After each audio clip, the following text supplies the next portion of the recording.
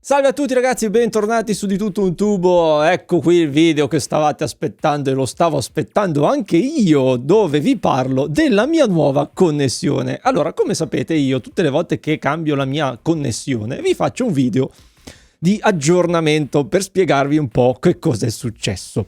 E sapete che io di connessioni ormai ne ho provate veramente tante. Si parte dalla DSL normale alla Eolo, siamo passati poi a OG-Link, poi siamo passati alle FWA e poi siamo passati adesso alla fibra. Allora, alleluia, alleluia, la fibra è arrivata anche qui dove abito io. Ci sono stati problemi? Ma certo, figuratevi se a me non succedono dei problemi quando attivo una nuova connessione, no?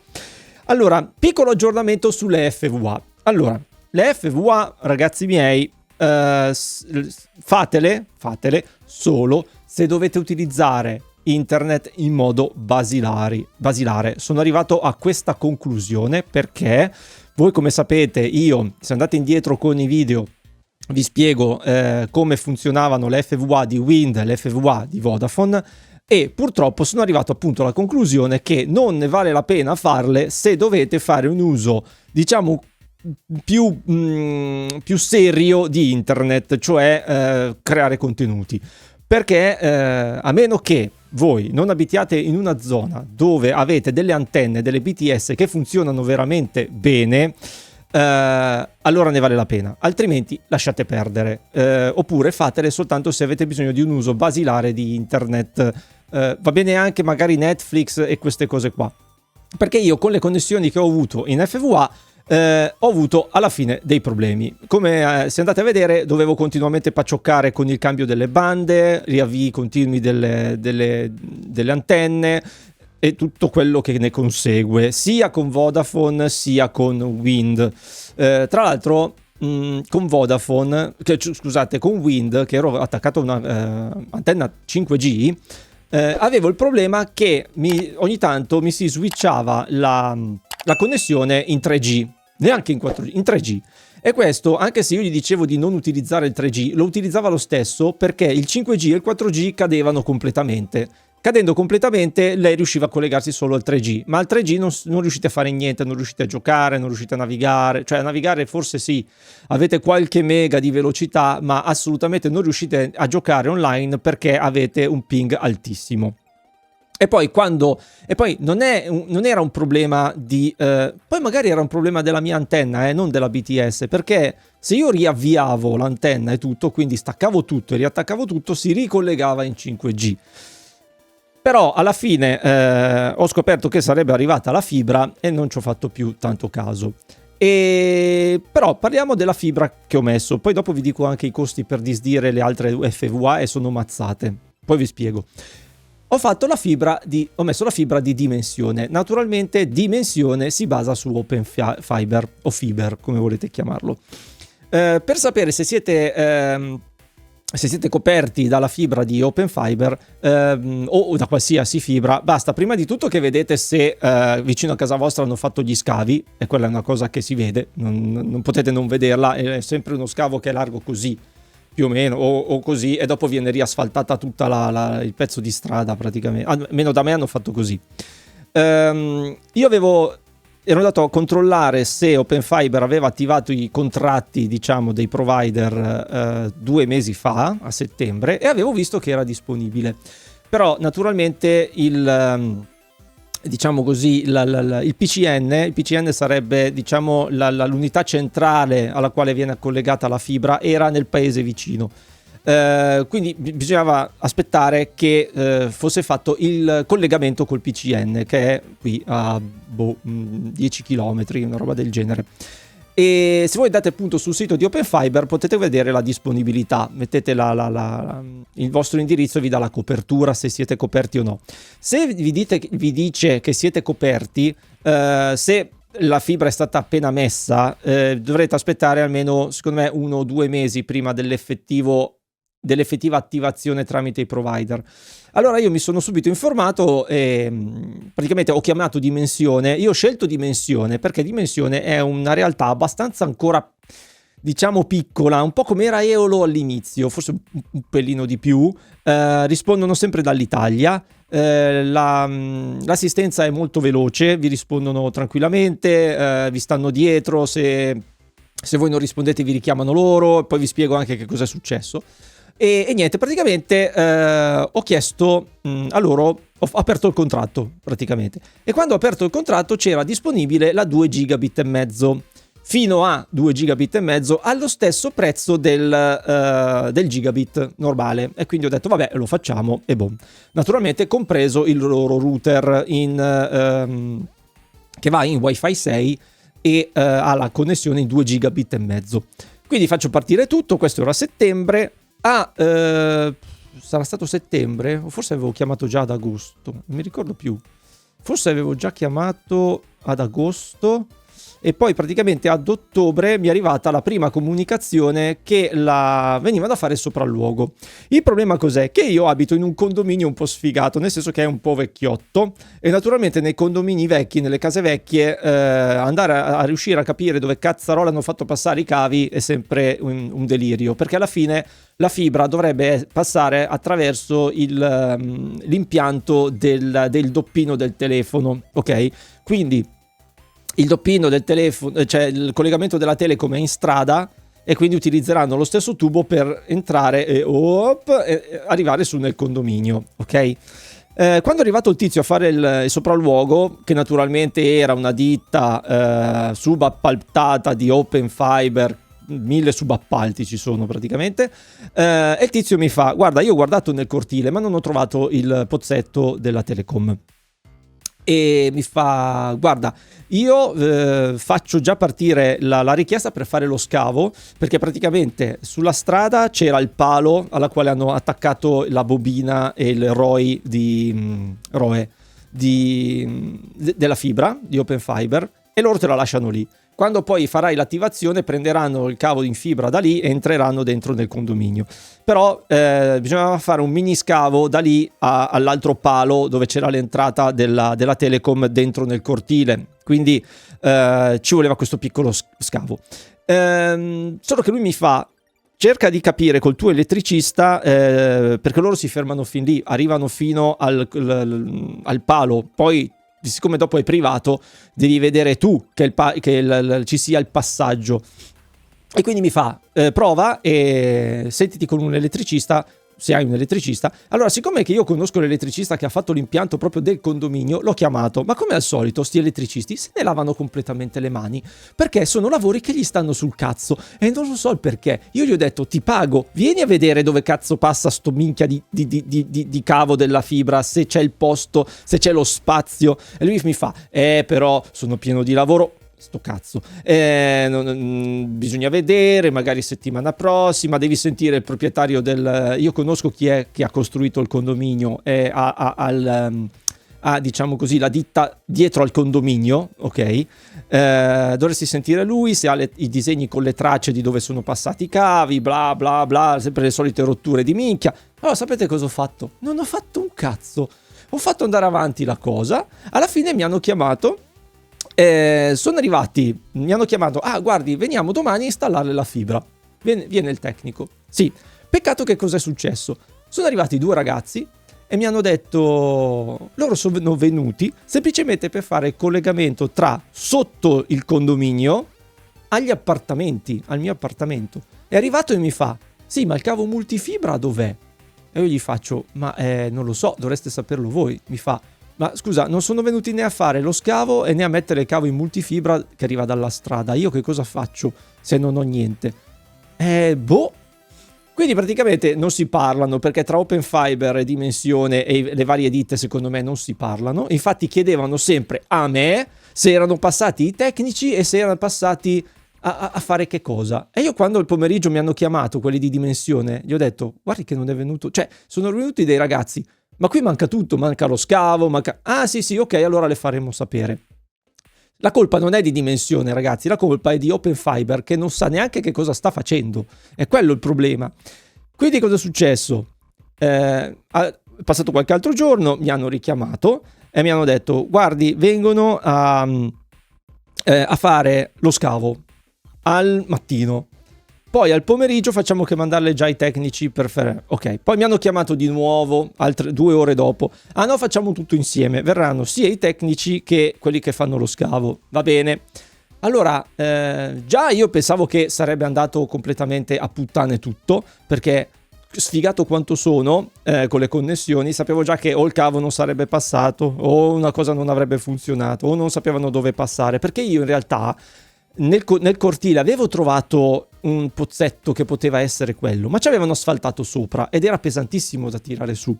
E quindi anche per quello che me ne sono sbattuto altamente, perché con il tizio con cui avevamo fatto il sopralluogo avevamo trovato il tubo dove passa dentro il cavo della Telecom, ma non si capiva la direzione, se andava direttamente in strada o se passava da quel pozzetto lì e poi faceva il giro e andava a finire in strada, quindi non si sapeva. Alla fine arriva il mattino, io ero appena arrivato dal lavoro da 2 ore e dormivo praticamente. Mi chiamano e mi fanno: guarda, siamo qui sotto, stiamo facendo il lavoro. Ok, io un attimo che mi sono ripigliato, no? Ero uno zombie, avevo dormito 2 ore. Vado giù e praticamente vado giù, era una bellissima giornata tra l'altro, e mi dicono: ah Bobo, guarda, il cavo è passato, adesso facciamo il collegamento su. Nel condominio. Mi faccio: ma davvero? Avevo le lacrime agli occhi, pensavo problemi su problemi. Alla fine sono andato a vedere in strada e in pratica il pozzetto della Telecom era sepolto sotto 15 centimetri di terra, perché praticamente lì c'ho un piccolo torrentino che passa, quello che fa lo scolo delle acque, e praticamente a forza di crescere erba, terra, era successo un disastro. E quindi praticamente sono passati da lì, e lì c'era il corrugato grosso così, dove dentro passava soltanto la Telecom, che è un cavo così, e praticamente sono passati tranquillamente da lì. E il tecnico mi fa: senti, facciamo una cosa, invece di cablarti soltanto casa tua, il tuo appartamento, ti cabliamo tutto il condominio. Quindi così almeno, tanto gli ho detto: guardate che a breve la metteranno tutti nel condominio, la fibra. Quindi mi fa: vabbè, allora passiamo un cavo totale, il multifibra, e poi ognuno veniamo e quando la chiedono deriviamo un filo e cosa. Tra l'altro spettacolare la fibra, perché è un cavo. Allora, il multifibra, se lo volete sapere, così vi fate un'idea della dimensione del cavo, è un po' di più di un cavo elettrico. Non è che sia da 2-4 mm, non è che sia così grosso, e dentro passano 12 fibre in base a quanti appartamenti ci sono, fanno passare il cavo, più grosso o più piccolo. C'è da 12 e da 24, mi sembra. Loro cosa fanno? Portano sul cavo, poi spelano il cavo, derivano la fibra che gli serve e vi entrano nell'appartamento con un cavetto solo, dove all'interno passa la luce. È un cavetto saranno 2 mm, è piccolissimo, dove all'interno c'è questo capello di vetro dove all'interno passa questa luce rossa. Vi dico che è una luce rossa perché adesso vi spiego cosa è successo di brutto. E quindi collegano il tutto. Tra l'altro fighissimo la macchinetta con cui fanno la giunta della fibra, perché giuntare la fibra è sempre un po' difficile, perché va fatto con una macchinetta apposta che va a giuntare la fibra in vetro. E quindi è bellissimo perché nella macchinetta c'è una telecamera e voi vedete esattamente il filo che viene giuntato, no? E poi viene saldato, è spettacolare. Hanno fatto questa cosa qua e abbiamo fatto la prova e abbiamo visto che la velocità c'era, gli dava tutto ok. Poi hanno fatto il collegamento al ROE in strada ed era tutto a posto. Quindi ha messo tutto. Io ho fatto un mini impiantino lì con ho messo tutto un po' così alla veloce, perché avevo ancora l'impianto dell'FVA, quindi poi ho dovuto togliere tutto il cavo Ethernet che avevo messo prima, perché poi ho scoperto anche che quel cavo Ethernet lì era tagliato in un punto e quindi io prima non riuscivo ad arrivare alla velocità a cui volevo arrivare, ma questa è un'altra storia.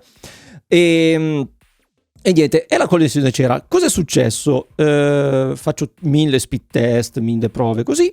La sera vado a dormire che funzionava tutto. Al mattino mi sveglio e vedo una bella luce rossa sul router. Oh, perfetto, ho detto, boom, a posto, una merda, ok.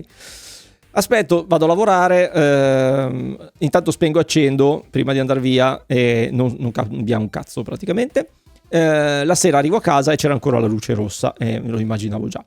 Chiamo e ci è voluta, ragazzi, una settimana prima che venissero i tecnici a vedere che caspita era successo.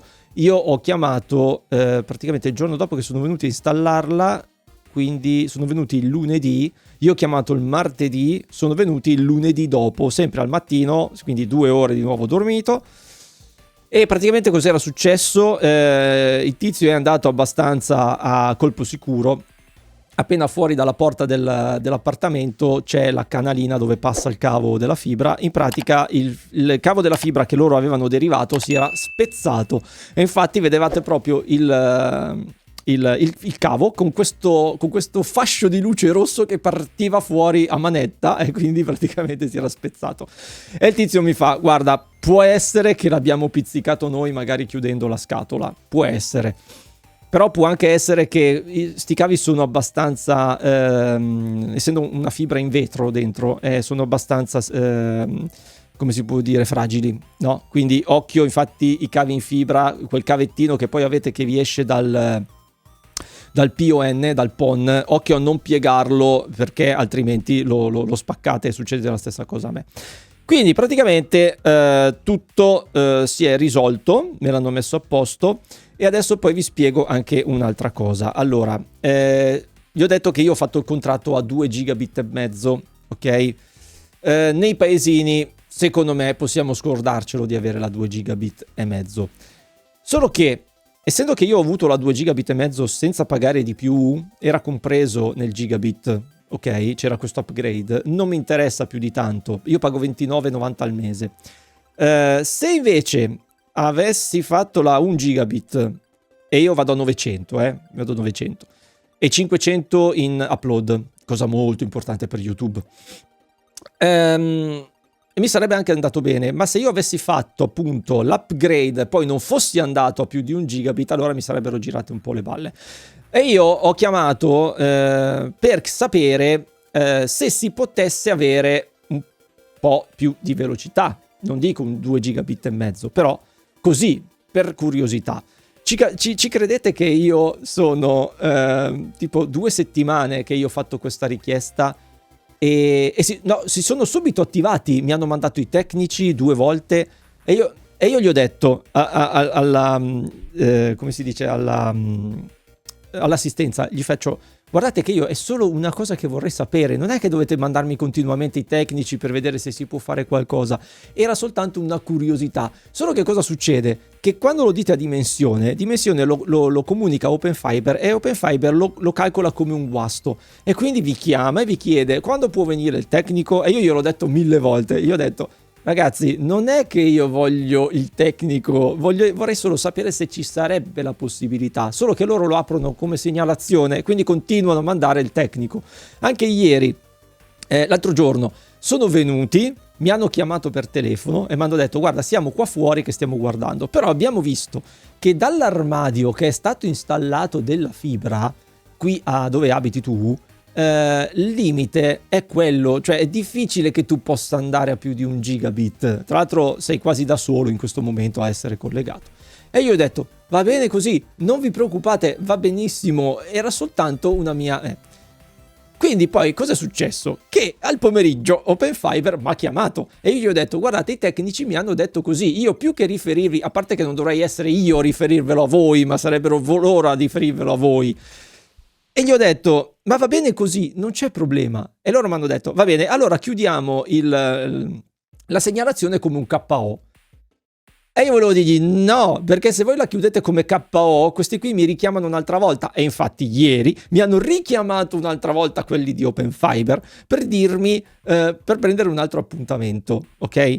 E io gli ho detto: ragazzi, va bene così, mi hanno già detto che non si può andare di più, è inutile che continuo a fare uscire i tecnici, sti poverini che continuano a fare avanti e indietro. Se non si può, non si può, cioè, è fin troppo, anche meno, cioè anche meno.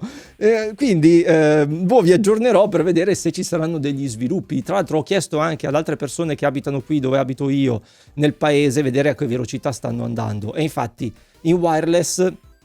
con router in wireless vanno alla stessa velocità che vado io praticamente, via cavo vado un po' più veloce, però calcolate che col Wi-Fi 6 di questo router qua di dimensione, che è uno ZTE se non sbaglio, vado a quasi 800 mega in download e quasi a 500 mega in upload, cioè quasi come il via cavo. Quindi Wi-Fi 6, ragazzi, è una gran figata.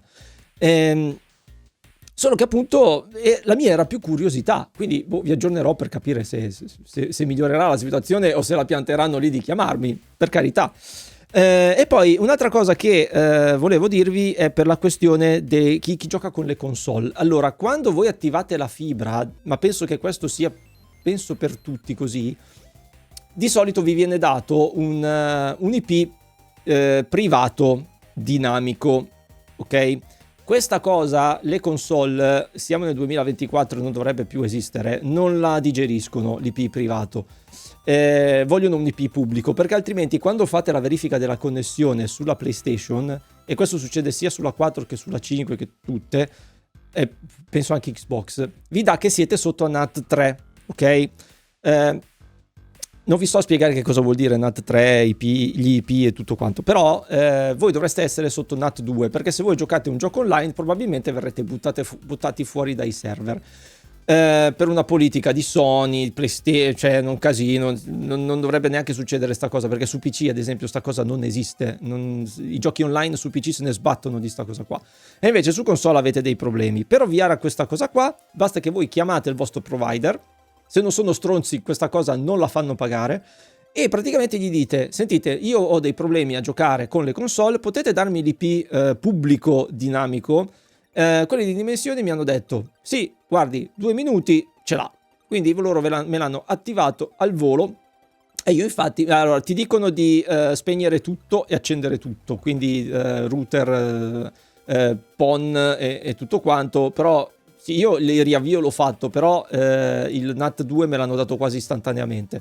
E quindi anche quella cosa lì la potete risolvere tranquillamente in quel modo lì. Non so altri provider se sono così bravi da darvelo. Ad esempio Eolo era cambiata la questione quando voi gli chiedevate l'IP pubblico dinamico, vi facevano pagare.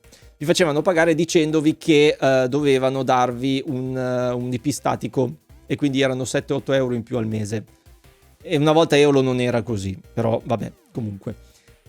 Quindi la fibra di Dimensione va molto bene. Io vi lascio in descrizione anche il codice il codice amico. Se voi utilizzate quel codice lì in attivazione, potete avere un mese gratis voi e un mese gratis io. Sono cumulabili senza limite, quindi sfruttate questa cosa qua, ditelo anche ai vostri amici. Comunque, Dimensione per me va molto bene come provider, probabilmente anche altri andranno bene, però secondo me scegliere quelle realtà un po' più piccole come questione di assistenza e tutto, anche come costi, magari sono, non dico la scelta migliore, come quando io ho fatto Ogilink. Ogilink aveva i suoi limiti, però quando avevate problemi erano sempre pronti ad aiutarvi, invece già forse Wind, Vodafone.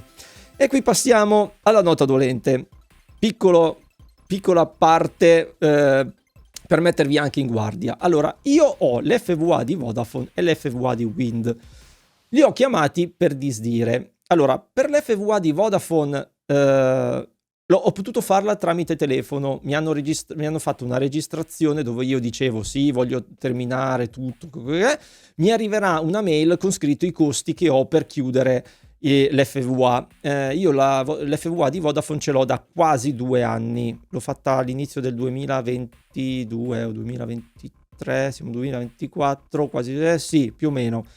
Invece, quando ho chiamato quelli di Wind, a parte che parlare con un operatore di Wind è un disastro, cioè ho dovuto schiacciare un sacco di pulsanti, poi alla fine per parlare con un operatore in pratica ho dovuto premere un pulsante che non c'entrava niente rispetto a quello che io avrei dovuto fare, no? Però alla fine per arrivare a parlare con un operatore ho dovuto fare in quel modo lì, è un casino ragazzi, è un casino. E alla fine ho parlato con un tizio che mi fa ma è sicuro che vuole disattivarla? Perché guardi che ci sono dei costi. Gli faccio, lo so benissimo che ci sono dei costi. Mi ha fatto il conteggio e mi è uscito che io per chiudere l'FVA di Wind in 5G devo pagare quasi 600 euro. Perché? Perché il contratto è di 3 o 4 anni e io devo pagare tutte le rate del router, tutte le rate dell'antenna, forse anche la penale, che cazzo ne so, più quei 18 euro che vanno pagati per chiudere i contratti. E quindi io mi ritrovo a dover pagare sui 500-600 euro, una roba del genere. Naturalmente più faccio passare il tempo e meno saranno, perché io continuo a pagare le rate. E sto tizio mi fa, ma le conviene davvero pagare tutto subito? Gli faccio, guardi, mi è arrivata la fibra. La vostra FV, io potrei anche tenere la vostra FVA come backup, a parte che ne ho già un'altra, però non va neanche tanto bene, perché la BTS alla quale sono collegato fa un po' schifo, quindi tanto vale che io continuo ad utilizzare un servizio che non uso più, nel senso, come linea di backup io potrei utilizzare semplicemente l'hotspot del telefono, che va tra l'altro anche bene, che è su Vodafone, quindi proprio non mi serve più. Allora lui cosa ha fatto? Mi ha fatto il conto per chiuderla e poi mi fa, però ha visto se continuo ad andare avanti a pagarla. Mi faccia il conto, vediamo quanto devo pagare andando avanti a pagare normalmente senza chiuderlo. Mi fa, arriva a pagare sui 1600 euro. Gli faccio, allora vede che forse mi conviene chiuderla adesso invece che poi chiuderla dopo. Mi fa, sì, effettivamente. E io gli faccio, me la può chiudere subito? E lui mi fa, no, allora, o fa una PEC, o fa una raccomandata, o fa... Vodafone mi ha fatto tutto in 5 minuti. 5 minuti. E ho parlato con un operatore premendo un pulsante. Cioè, adesso... non voglio dire, però, cazzarola, siamo nel 2024, ma perché dobbiamo fare sempre le robe così complicate? Allora, praticamente adesso mi ritrovo che la Vodafone ho fatto la chiusura e mi arriverà la comunicazione con quello che devo pagare. Magari ne chiuderò prima una e poi chiuderò magari dopo un po' l'altra. E invece con la Wind adesso mi tocca fare la raccomandata, tra l'altro spedendo il modulo. Nel modulo c'è il modo anche di pagare rateizzando quello che dovete pagare praticamente. Però una cosa che non ho capito è se poi io il router e l'antenna gliela devo restituire. Perché se loro mi fanno pagare tutto il noleggio dell'hardware, allora vuol dire che l'hardware me lo posso tenere. E quindi vuol dire che me lo posso rivendere. Perché tra l'altro il router di Wind, ecco un'altra cosa, il router di Wind, io l'ho usato con la fibra di Dimensione, perché Dimensione non vi spedisce subito il router, aspetta l'ok da OpenFiber e quando OpenFiber gli dà l'ok vi spedisce il router. Però siccome adesso per legge è stato tolto l'obbligo di utilizzare il router del provider, se voi andate sulla vostra sezione area clienti di Dimensione ci sono i dati da mettere dentro a qualsiasi router per poter navigare con loro, ok? Quindi in pratica, visto che non avevo ancora il router ma volevo provare sta connessione, ho attaccato quello di Wind e ha funzionato perfettamente, inserendo le impostazioni che mi hanno dato, che vi dà Dimensione sull'area clienti. Quindi il router di Wind non è bloccato sull'FVA, potete utilizzarlo praticamente come volete. Quindi se loro mi lasciano l'antenna dove c'è dentro una SIM e mi lasciano il router, io me li rivendo. Perché se loro mi fanno pagare il noleggio per tutti e 3 i 4 anni, allora vuol dire che la roba è mia. Vi aggiornerò anche su questa cosa qua, perché alla fine il tizio con cui ho parlato è stato anche gentile, perché mi fa, guardi, io sinceramente non pensavo che gli sarebbe venuto a costare così tanto. Però mi fa, se è una cosa che non usa è giusto che la toglie, cioè alla fine l'ho convinto io praticamente, perché lui ci ha provato a farmela tenere, giustamente anche, però alla fine, cioè ragazzi, che cazzo tenete le connessioni a fare? Forse avesse funzionato anche bene, vabbè.